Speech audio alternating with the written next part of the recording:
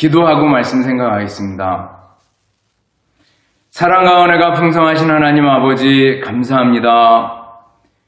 오늘도 하나님의 말씀을 대합니다. 이 말씀들이 우리들 마음밭에 떨어져서 30배, 60배, 100배로 결실하게 하옵소서. 좋은 땅, 옥도 같은 마음으로 말씀을 받고 말씀으로 삶에서 승리하게 하옵소서. 예수님 이름으로 기도드리옵나이다. 아멘. 12월이 되었습니다. 12월이 되면 성탄절이 있습니다. 이제 얼마 있으면 성탄절을 맞게 되는데 성탄절을 생각하면 우리 그리스도인들은 정말 감사하는 마음을 가져야 됩니다. 왜요? 우리들 죄 가운데 빠져있는 인간들을 위해서 우리 주님 예수님께서 하나님의 아들로서 하나님과 동등된 위치를 버리시고 인간의 몸을 입고 이 땅에 오셨습니다. 그것도 어린아이로 오셨습니다. 낮아지셨습니다. 낮아지고 또 낮아지셔서 오늘 우리의 자리까지, 인간의 자리까지 낮아지셔서 우리를 구원하셨다라는 걸 생각할 때 우리들은 얼마나 감사한지 모릅니다. 다른 사람들은 몰라도 정말 기뻐해야 하고 또 좋아해야 할 사람들은 우리 그리스도인인 줄 압니다. 여러분들 성탄절을 기다리며 오늘 말씀을 생각해 봅시다. 예수님 오실 때 예수님을 기다리던 메시아, 그리스도죠. 메시아를 기다리던 많은 사람들이 있었습니다. 메시아 대망사상이라고 얘기하는데 메시아가 오면 우리나라를 다른 모든 나라들보다 뛰어나게 하실 것이다. 다윗과 같은 왕국을 이루게 할 것이다. 그래서 다른 모든 나라들을 다스리게 될 것이다. 라는 생각을 가지고 있었습니다. 그래서 얼마나 많은 사람들이 메시아를 기다리고 있었는지 모릅니다. 근데 오늘 읽은 성경 말씀 요한복음에 보니까 예수님이 막상 이 땅에 오셨는데 사람들이 알아보지 못했다는 거예요. 그리고 오히려 예수님을 배척했느라고 얘기합니다. 그렇지만 예수님을 사랑하고 예수님을 영접하는 자, 그 이름을 믿는 자들에게는 하나님의 자녀가 되는 권세를 주셨다고 말씀하고 있습니다. 여러분들 예수님을 기다리던 사람들 생각하면서 그 가운데 참빛으로 오신 예수님을 생각해 봅시다. 그래서 오늘 제목을 참빛이신 예수님을 만난 사람들 그랬습니다. 오늘 읽은 성경 말씀에 보면 예수님을 빛이다, 참 빛이다 이렇게 말씀하고 있습니다. 그렇습니다. 예수님께서는 참 빛으로 우리에게 오셨습니다. 생명의 빛으로 우리에게 오셨습니다. 예수님 오실 당시에 세상은 어떠했습니까? 가만히 생각해 보셔요. 로마 시대, 특별히 로마의 평화 시대였습니다. 팍스 로마 나라 그래서 로마의 평화 시대가 이루어졌습니다. 아우구스투스 때에 예수님께서 이 땅에 오십니다. 아우구스투스 성경에 가이사 아우구스도 때에 이렇게 나옵니다. 카이자르 아우구스투스죠. 그 위에 누가 있었냐면 카이자르 율리우스가 있었습니다. 이 카이자르 율리우스는 아주 천재죠. 그래서 로마의 땅을 굉장히 많이 확장시키는 역할을 합니다. 그리고 이제 이 카이자르 율리우스가 죽습니다. 그리고 나서 브루투스에게 죽죠. 그리고 나서 이 옥타비아누스가 안토니아하고 클레오파트라의 연합군을 무찌르고 왕자를 차지하게 됩니다. 그래서 로마 원로원에서 이 옥타비아누스에게 아우구스투스 주라는 호칭을 주게 됩니다. 나름대로 통치를 아주 잘해서 이때부터 로마의 평화시대가 열리게 됩니다. 그래서 로마의 평화시대가 열리고 나름대로 로마는 문명국가였습니다. 여러분들 잘 알다시피 로마 그러면 길이 생각납니다. 그래서 모든 길은 로마라고 그랬습니다. 이 길은 로마인들이 어디를 점령하면 그 점령하는 곳마다 길부터 닦았습니다. 왜냐하면 일단 반란을 진압하기 위해서 그랬습니다. 즉시 말을 타고 달려가서 그 반란을 진압할 수 있었죠. 그런데 나중에 로마가 망할 때 그 게르만 민족이 말을 타고 로마 심장부까지 그 길을 통해서 쑥 들어와가지고 로마가 아주 심한 타격을 입게 되는 그런 경우를 또한 보게 됩니다. 어쨌거나 모든 길은 로마라고 그랬습니다. 그런데 그 길을 통해 가지고 로마의 상업과 무역이 굉장히 발달하게 됩니다. 잘 사는 나라가 됐다는 겁니다. 그리고 모든 곳에 그래도 어느 정도 평화가 이루어진 그런 시대였습니다. 그리고 그 로마의 관계시설, 수도시설이나 하수도시설, 목욕탕시설 이런 거 보면 굉장히 아주 잘 살았다라는 걸 볼 수가 있습니다. 로마 시대입니다. 그런데 겉모습은 그랬는데 실제로 속을 들여다보면 도덕적으로, 성적으로 심히 부패하고 타락한 사회였습니다. 뿐만 아니라 온갖 미신들에 가득 얽매여 있고 우상에 잠겨 있다 싶을 정도로 굉장히 타락한 그런 로마였습니다. 한편 유대 나라는 어땠습니까? 예수님이 태어날 당시에 유대 나라는 헤롯 대제가 통치하고 있었습니다. 그런데 그때 당시에 정치적으로 로마의 식민지였거든요. 그러니까 굉장히 암울했습니다. 한편에서는 헤롯을 따르는 사람들은 로마하고 굉장히 친했습니다. 그렇지만 또 저항하는 사람들 한 분파가 있었습니다. 그래서 그들은 틈만 나면 로마에 저항하고 로마에 반항하고 하는 일들을 했었습니다. 종교적으로 보면은요, 당시에 바리새파 사람들이 있었습니다. 원래 바리새파, 페리시 이 말을 하나님 잘 섬겨보겠다 이렇게 얘기했다가 오히려 나중에 가가지고 너를 분리시켰습니다. 그래가지고 나는 하나님의 선민, 너는 이방인, 나는 하나님이 택한 사람, 너는 안 택한 사람. 그래가지고 다른 사람들을, 자기와 다른 사람들을 멸시하고 배척하고 이렇게 했던 걸 볼 수 있습니다. 철저하게 외식에 매여 있었습니다. 그래서 예수님께 얼마나 많이 책망을 받았는지 모릅니다. 이 외식하는 자요, 회칠한 무덤이라 평토장한 무덤 같으니라고 막 야단을 많이 받은 그 바리새인들입니다. 원래는 하나님 잘 섬겨보려고 그랬는데 하나님 없었어요. 사람에게 보이려고 모든 종교 생활을 엮어나갔던 걸 볼 수가 있습니다. 또 당시에 사두개인들이 있었습니다. 이 사두개인들은 대제사장, 제사장 그룹, 성전을 관장하고 의식을 주관하고 그런 사람들이었습니다. 근데 이 사람들도 매우 형식에 빠지게 됐고 그리고 돈에만 관심이 많이 있었던 걸 볼 수가 있습니다. 그리고 당시에 성경에 나타나지 않지만 에세네파라고 있었는데 이 사람들은 광야에 나와가지고 금욕주의 생활을 했습니다. 금욕 생활을 하면서 자신을 채찍질하면서 살았던 사람들입니다.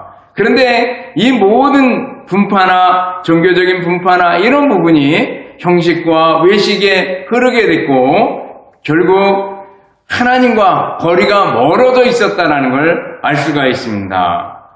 바로 어둠의 때죠. 로마 시대가 평화 시대를 갈구했지만 그 속 내면을 들어가 보면 어둠이었습니다. 유대도 마찬가지로 어둠의 생활을 하고 있었습니다. 당시 사람들의 마음은 공허했습니다. 그때 예수님께서 뭐예요? 참 빛으로 오셨다라는 거죠. 여러분들, 로마인들과 유대인들만 어둠이었습니까? 그 시대만 어둠이었습니까? 아니죠. 지금도 마찬가지입니다. 지금도 우리의 마음, 인간의 마음은 어둠으로 가득 차 있습니다. 죄에 매여 있고 고민과 고통과 슬픔과 애통 속에 잠겨 있는 것을 볼 수가 있습니다. 전쟁이 있는 나라에서는 전쟁 때문에 고통스럽고, 전쟁이 없고 평화스럽다 싶은 나라에서는 우울증이나 정신병이나 이런 것 때문에 치료를 받고, 그리고 자살률이 높아지고 하는 것들을 볼 수가 있습니다. 문명이 발달하는 것 같지만 온갖 미신과 우상에 가득 차버리는 이 세상의 모습을 볼 수가 있습니다. 하나님을 떠나가는 모습들을 볼 수가 있습니다. 소위 세속화라고 얘기하잖아요. 하나님 없다! 이렇게 얘기하는 세상이 되어버렸습니다. 하나님 얘기를 하면 빈정되고 비웃는 세상이 되어가고 있습니다. 기독교를 얘기하고 예수님의 복음을 얘기하면 아주 뒤처진 사람처럼 여겨지는 그런 세상을 우리들이 살아가고 있습니다. 어둠이죠. 캄캄한 어둠이다라는 거예요. 그렇지만 어둠 속에 누가 오셔요? 예수님이 무엇으로요? 빛으로 오셨다라는 거예요. 참빛으로 예수님께서 오셨다라는 거예요. 그래서 오늘 본문에 보면 빛으로 오셨다. 그 빛으로 오신 예수님을 얘기해주고 있습니다. 여러분들, 예수님이 내 마음에 빛으로 오셨음을 믿을 수 있기를 바랍니다. 예수님께서 이 어둠의 세상에 빛으로 오셨음을 믿을 수 있기를 바랍니다. 참빛으로 오신 예수님입니다. 그런데 성경을 보면은요, 빛으로 오신 예수님, 그 메시아를 대망하던 많은 사람들이 있습니다. 아까 초두에 잠깐 말씀드렸는데 예수님을 기다리던 많은 사람들이 있었습니다. 얼마나 많은 사람들이 메시아 사상을 가지고 있었는지 모릅니다. 왜냐하면 말라기에 보면은요, 말라기 4장 그 끝에 부분에 보면 엘리야가 먼저 오리라 라는 말씀을 말라기 선지자가 얘기해 줍니다. 그것 때문에 유대인들은 회당에서 모일 때 자리 하나를 마련해 놨습니다. 그 자리는 바로 엘리야의 자리였습니다. 엘리야가 오면 여기 앉으라고 자리를 마련해 뒀다고 얘기를 합니다. 그래서 늘 엘리야가 먼저 올 것이다 라는 걸 기대하고 있었습니다. 그러나 막상 예수님이 오시고 예수님 전에 세례 요한이 와서 회개의 세례를 베풀고 회개를 선포했을 때 사람들은 알아보지 못했던 걸 볼 수가 있습니다. 많은 사람들이 메시아를 대망하고 엘리야를 기다리고 있었지만 세례 요한과 예수님이 막상 오셨을 때 흘려보내는 모습을 볼 수가 있습니다. 여러분들, 흘려보내는 사람들의 모습을 가만히 생각해 보셔요. 어떤 사람들이 있었을까? 헤롯이죠. 헤롯 어떻습니까? 헤롯은 동방박사들이 그 별을 따라오다가 유대인의 왕이 어디서 났겠느냐? 수도인 예루살렘에서 났겠지라고 생각하고 예루살렘의 헤롯을 찾아오게 됩니다. 그리고 동방박사들과 만나서 얘기도 나눴습니다. 그렇지만 헤롯은 예수님의 소식을 들었지만 베들레헴에서 날 거를 알았지만 결국 예수님을 만나지 못하게 되는 걸 볼 수가 있습니다. 당시에 종교 지도자들을 생각해 보시기 바랍니다. 대제사장과 바리새인들, 그리고 성경 박사들인 서기관들, 동방 박사들이 와가지고 묻습니다. 유대인의 왕으로 나시니가 어디 계십니까? 이렇게 물었을 때 저들은 미가서 5장 2절 구약 성경 한 구석에 있는 미가의 구절을 한 구절 딱 빼냅니다. 그러면서 바로 베들레헴입니다. 정확하게 짚어줍니다. 성경 구절을 인용해서 정확하게 베들레헴이라고 일러줍니다. 베들레헴에 예수님이 오실 것을 알았습니다. 메시아가 오실 것을 알았습니다. 그러면서도 그들은 예수님을 만나지 못했습니다. 오히려 예수님을 배척하고 밀어내고 그랬던 것을 볼 수가 있습니다. 대제사장, 서기관, 바리새인들, 사두개인들 모두가 다 굉장히 종교적으로 심취되어 있었고 종교적인 의식을 주관하고 있었고 그리고 성경의 박사들이었음에도 불구하고 예수님을 기다렸지만 만나지를 못하는 걸 볼 수가 있습니다. 또 예수님을 기다리고 대망하던 사람 중에는 어떤 사람들이 있습니까? 여러분들 베들레헴에 갔을 때 마구간에 그 주인이 있었을 거 아니에요. 여관의 주인이겠죠. 여관에 머물 곳이 없습니다. 저 마구간에 가십시오. 그랬던 그 주인, 마구간에서 밤에 어떤 일이 웅성웅성 사람들이 모여있고 그런 거 보지 않았겠어요. 그랬으면서도 예수님을 정작 만나지 못했던 것을 볼 수가 있습니다. 예수님께서 나중에 나사렛이라는 동네에 가서 사시잖아요. 그런데 사람들이 예수님을 알아보지 못했습니다. 단순히 목수의 아들, 목수, 그 정도밖에는 알지 못했습니다. 아, 저 목수 집안의 목수의 아들은 목수야. 그 정도밖에 알지 못했던 것을 볼 수 있습니다. 나중에 예수님께서 공생애를 시작하십니다. 가버나움 땅에서 3년 동안 거주하고 사셨습니다. 그때 가버나움 사람들은요, 예수님을 알아보지 못했습니다. 가버나움에 예수님께서 그곳에서 많은 기적들을 행했지만 예수님을 알아보지 못했습니다. 참빛으로 오신 예수님을 알아보지 못했다라는 겁니다. 또 그 당시에 예수님 살던 당시에 예수님이 행하시던 많은 기적들을 바라보던 많은 사람들이 있는데 그들 참빛으로 오신 예수님을 만나지 못했습니다. 아니, 예수님의 12 제자 중에 한 사람 가룟 유다가 있습니다. 3년 동안 예수님을 따라다녔습니다. 합숙훈련을 받은 겁니다. 함께 자고 함께 먹고 예수님 따라다녔습니다. 그러면서도 예수님을 만나지 못했습니다.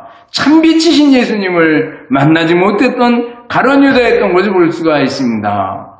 여러분들, 예수님을 기다리던 많은 사람들, 그냥 스쳐 지나간 사람들, 예수님 12살 때 성전에 올라가신 적이 있습니다. 그때 랍비들과 질문을 하고 대답을 하고 질문하고 대답하고 하는 일을 하십니다. 그때 그 랍비들, 예수님을 보면서도 참빛으로 오신 예수님을 만나지 못했던 것을 볼 수가 있습니다.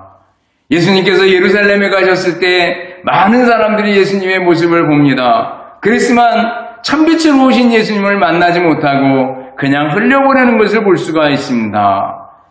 결국 예수님을 참빛으로 알아보지 못한 사람들은 예수님을 배척하고 밀어내고 결국 성문 밖까지 밀어내고 십자가에 못 박아 죽도록 밀어내는 것을 볼 수가 있습니다. 참빛으로 오신 예수님이 오셨지만 영접하지 아니했다라는 걸 볼 수가 있습니다. 그러나 성경을 보면은요, 참빛으로 오신 예수님을 영접하고 받아들인 사람들이 있습니다. 요한복음 오늘 본문의 12절처럼 영접하는 자 곧 그 이름을 믿는 자들에게는 하나님의 자녀가 되는 권세를 주셨으니 라고 말씀해 주셨는데 바로 영접한 사람들이 있었습니다. 예수님을 믿은 사람들이 있었습니다. 예수님을 만나고 그냥 흘려보내지 않은 사람들이 있습니다. 어떤 사람들이 있어요? 여러분들 요셉을 아시잖아요. 마리아의 남편 요셉입니다. 예수님의 아버지라고 불려진 요셉입니다. 직업은 목수였습니다. 그런데 성경을 보면 요셉은 의로운 사람이라 그랬습니다. 마리아가 잉태했다는 소식을 들었습니다. 그때 들었을 때 정혼한 상태였습니다. 우리 약혼보다 조금 강한데 약혼한 그런 상태입니다. 근데 법적인 결혼 상태였습니다. 근데 그 당시에 그렇게 해서 불륜을 저지르면 완전히 추방되거나 구약 같으면 돌에 맞아 죽었겠죠. 그래서 요셉은 가만히 끊고자 했습니다. 그러나 밤에 꿈에 마리아 데려오라고 데려오는 것을 두려워하지 말라라는 주님의 말씀을 듣고 결국 마리아를 데려와서 함께 삽니다. 요셉은 의로운 사람이었고 예수님을 만나게 되죠. 또 마리아를 봅니다. 여러분, 마리아 정말 순수한 신앙의 소유자 아닙니까? 존경받을 만한 신앙입니다. 가브리엘 천사가 예수님을 잉태할 것을 알려주었을 때 주의 여종이 오니 말씀대로 내게 이루어지이다 하면서 겸손하게 순종하며 받아들였던 그 마리아를 보게 됩니다. 천주교인처럼 마리아를 신격화시키지 않습니다. 마리아를 중보자의 위치에 놓고 마리아에게 기도하거나 또 마리아상 앞에 절하거나 이런 거 하지 않습니다. 그렇지만 우리는 존경받을 만한 신앙인으로 우리가 신앙의 위인으로 마리아를 꼽습니다. 여러분들 마리아의 순수한 신앙을 우리의 것으로 만들어야 되지 않겠습니까? 또 어떤 사람이 있습니까? 목자들이 있잖아요. 목자들이 밤에 자기 양떼를 지키다가 천사들의 소식을 듣고 큰 기쁨에 좋은 소식을 너에게 전하노라 하는 천사들의 소식을 듣고 아기 예수님께 달려가서 절하는 그 순수한 신앙의 모습을 볼 수가 있습니다. 또 누가 있습니까? 동방박사들이 있습니다. 동방박사들, 동방이 어딘지 모릅니다. 이 사람들의 이름이 구체적으로 무엇인지도 모릅니다. 알려진 바가 없습니다. 동방박사가 3사람인지 혹은 4사람인지 그것도 잘 실제로는 모릅니다. 보통 3사람일 거다 이렇게 짐작을 하는 거죠. 황금과 유황과 모략을 드린 것 때문에. 그렇지만 그 사람들 알려진 바가 없지만 무명의 사람들이지만 예수님께 와서 절하는 모습을 볼 수가 있습니다. 그들이 별을 따라 다니려면 밤중에만 다녀야 했습니다. 여행을 다니려면은 적어도 한 서너 달은 쫓아왔을 거라고 생각이 되는데 굉장히 영적으로 근면했던 그런 모습을 우리가 본받아야 될 줄 압니다. 동방박사들입니다. 또 예수님을 만났던 사람들은 어떤 사람들이 있을까? 시므온과 안나, 할아버지 할머니, 성전에서 밤낮으로 기도하며 하나님과 교제하며 살다가 아기 예수님이 올라왔을 때, 성전에 오셨을 때 다른 모든 사람들은 알아보지 못했는데 이들은 참빛이신 예수님을 알아보고 축복했던 것을 볼 수가 있습니다. 또 어떤 사람이 있습니까? 예수님의 제자들, 공생애를 시작할 때 예수님의 제자들, 어부들이었죠. 베드로와 그 동생 안드레, 그리고 세베대의 아들 요한과 야고보, 이들은 어부들이었습니다. 어부들이 당시에 뛰어난 직업은 아니었잖아요. 그렇지만 그들이 예수님을 만나고 그리고 나서 배와 그물을 버려두고 예수님을 즉시로 따라 나서는 그 모습을 볼 수가 있습니다. 또 세리 마태를 알잖아요. 마가나 누가는 레위라고 썼습니다. 원래 이름이 레위였나 봐요. 세리는 당시에 돈은 많은지 몰라도 다른 사람들로부터 굉장히 미움을 받는 그런 직업이었습니다. 근데 그 세관원에 있던 세리를 예수님께서 가셔서 나를 따라오너라 그랬을 때 모든 것을 그 자리에서 정리하고 예수님을 따라 나섰던 걸 볼 수 있습니다. 그리고 마태는 마태복음을 기록하면서 자기 이름을 마태라고 얘기합니다. 하나님의 선물. 예수님을 만난 것은 내게 선물이다. 나는 하나님의 선물이다. 이런 생각을 가지고 살았던 거죠. 나중에 마태복음을 기록하는 쾌거를 이루게 되는 걸 볼 수가 있습니다. 또 예수님을 만났던 사람들 어떤 사람들이 있습니까? 예수님은 나머지 12제자들 물론이고요. 그 가운데 나다나엘, 무화과 나무 밑에서 늘 기도하던 나다나엘인데 이 바돌로메라고 생각을 합니다. 이 사람이. 이 나다나엘이 예수님을 만나게 되는 걸 볼 수가 있습니다. 니고데모는 밤중에 예수님을 찾아와서 예수님을 만났던 것을 볼 수가 있습니다. 참빛이신 예수님을 만났던 사람들입니다. 후에 사울이라는 청년은 예수님을 박해하는데 앞장섰던 사람입니다. 근데 다메섹 도상에서 다메섹으로 가던 길 위에서 예수님을 만나게 됩니다. 다메섹에 왜 갑니까? 예수님 믿는 사람 집어넣고 죽이려고 가다가 결국 예수님을 만나서 그 자리에서 꼬꾸라지게 되는 걸 볼 수가 있습니다. 참빛이신 예수님을 정말 빛으로 만나게 된 거죠. 여러분들 신약의 역사들 또 교회의 역사들을 보시기 바랍니다. 예수님을 만났던 사람들, 참빛이신 예수님을 만났던 사람들, 그 사람들의 역사를 한번 살펴볼 수 있기를 바랍니다. 그리고 그 역사는 세계를 한 바퀴, 지구를 한 바퀴 뺑 돌아서 2000년이 이렇게 2000년 정도가 흐른 다음에 오늘 나에게, 어둠 속에 있는 나에게 참빛으로 오신 예수님 만날 수 있게 됐다라는 거예요. 은혜 아니겠습니까? 여러분들 참빛으로 오신 예수님, 그 예수님을 알고 믿을 수 있다는 거 얼마나 큰 은혜인지 모릅니다. 영접하는 자, 그 이름을 믿는 자들에게는 하나님의 자녀가 되는 권세를 주셨다 그랬는데 바로 예수님을 영접하고 믿을 수 있는 것이 얼마나 큰 은혜였는지 여러분들 다시 한번 감사하는 마음 가질 수 있기를 바랍니다. 그런 의미에서 우리들이 참빛으로 오신 예수님을 대하는 우리들의 자세는 어떠해야 합니까? 감사하고 찬송하는 사람이 되어야 될 줄 압니다.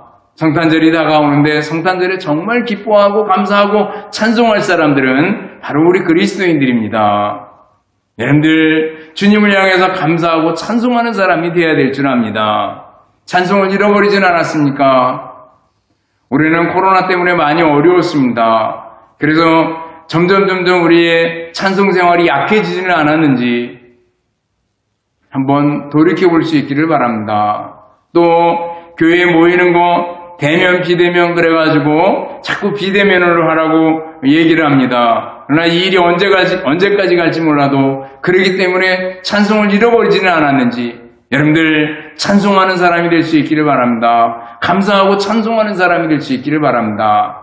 나아가 참빛이신 예수님을 기다리고 기대하고 믿는 사람들은 어떠해야 합니까? 순수한 신앙을 가지고 살아야 될 줄 압니다. 예수님을 만났던 사람들 공통적으로 쭉 보면은요 정말 순수한 신앙을 가졌습니다. 요셉이 그랬고요, 마리아가 그랬고요, 목자들이 그랬고요, 동방박사들이 그랬고요, 예수님의 제자들이 그랬고요, 바울사도가 그랬고요, 모두가 다 정말 순수한 마음을 가졌습니다. 순수한 신앙의 소유자들이었습니다. 여러분들 하나님을 향해서 순수한 믿음의 소유자들이 될 수 있기를 바랍니다. 대제사장들, 서기관들, 바리새인들, 사두개인들 이런 사람들은요 순수하지 못했습니다. 사람에게 보이려고 신앙생활을 했습니다. 그래서 외식에 빠지게 됐던 거죠. 여러분들 다른 사람들 볼 게 뭐 있어요? 예수 그리스도, 참빛이신 예수 그리스도를 바라볼 수 있기를 바랍니다. 그리고 정말 순수한 신앙 가지고 예수님께 기대고 예수님 신뢰하고 살아가는 여러분들이 될 수 있기를 바랍니다. 그리고 참빛이신 예수님을 대하는 우리들은 마지막으로 영적으로 좀 더 근면해져야 될 줄 압니다. 동방박사들처럼 그들이 영적으로 근면했잖아요. 우리들이 신앙생활에서 좀 더 근면해야 합니다. 하나님께 예배하는 일 좀 더 부지런히 할 수 있기를 바랍니다. 이렇게 교회에서 함께 모이지 못하는 때일수록 여러분 가정에서 가정 예배 드리는 일을 한번 좀 더 신경 써서 할 수 있기를 바랍니다. 온 가족이 모여서 하나님 앞에 무릎 꿇고 기도하는 그날을 기대하고 하나님 앞에 예배하는 날을 기대하고 또 만들어 나갈 수 있기를 바랍니다. 혼자만 교회에 나오거나 혼자만 예수님 믿으면 그런 가정 만들어 달라고 기도하고 혼자라도 주님 앞에 무릎 꿇을 수 있기를 바랍니다. 여러분들 성경 읽고 기도하는 일 놓치지 마시기 바랍니다. 끊임없이 하나님 앞에 기도하고 성경 읽는 일을 또 성경 쓰고 성경 연구하고 공부하는 일을 끊임없이 해나갈 수 있기를 바랍니다. 하나님의 말씀을 가까이 할 수 있기를 바랍니다. 근면하게 일들을 해나갈 수 있기를 바랍니다. 그리고 그 말씀을 실천하는 일들, 사랑을 실천하는 일들, 선행을 베푸는 일들, 성탄절의 특징 중에 하나는 나눔입니다. 예수님이 우리에게 모든 것을 나눠주셨잖아요. 우리들도 나눠주는 사람이 되어야 됩니다. 베풀어줄 수 있는 사람이 되어야 됩니다. 그날을 베풀어주기를 기대하고 고대하고 여러분들 힘쓸 수 있기를 바랍니다. 그래서 성탄절을 기대하며 또 참빛이신 예수님을 이렇게 바라보는 우리들은 감사하고 찬송하는 사람이 되고 그리고 순수한 신앙의 소유자들이 되고 나눠주고 베풀어주는 사람들이 되어야 하겠습니다. 여러분들 오늘도 예수님을 만난 사람들 그 사람들의 믿음 본받아서 여러분들 믿음으로 전진하고 믿음으로 승리하는 여러분들이 되시기를 주님의 이름으로 축원합니다. 기도하겠습니다. 하나님 아버지 감사합니다. 주님 앞에 우리의 마음을 내려놓습니다. 주님 정말 순수한 신앙의 소유자들이 될 수 있도록 은혜를 베풀어 주옵소서. 참비시신 예수님을 믿고 영접하고 따를 수 있는 저희들이 되게 하옵소서. 참비시신 예수님을 찬송하며 또 순수한 믿음 가지고 따르며 영적으로 더 근면해질 수 있고 나눠주고 베풀어줄 수 있는 저희들이 되게 하여 주시옵소서. 예수님 이름으로 기도드리옵나이다. 아멘. 축도하겠습니다. 이제는 우리 주님 예수 그리스도의 은혜와 하나님 아버지의 극진하신 사랑하심과 성령님의 교통하시며 인도하심이 함께 모여 말씀 듣기를 원하는 우리 모든 성도들 머리머리 위에 이제부터 영원토록 함께 있을지어다. 아멘.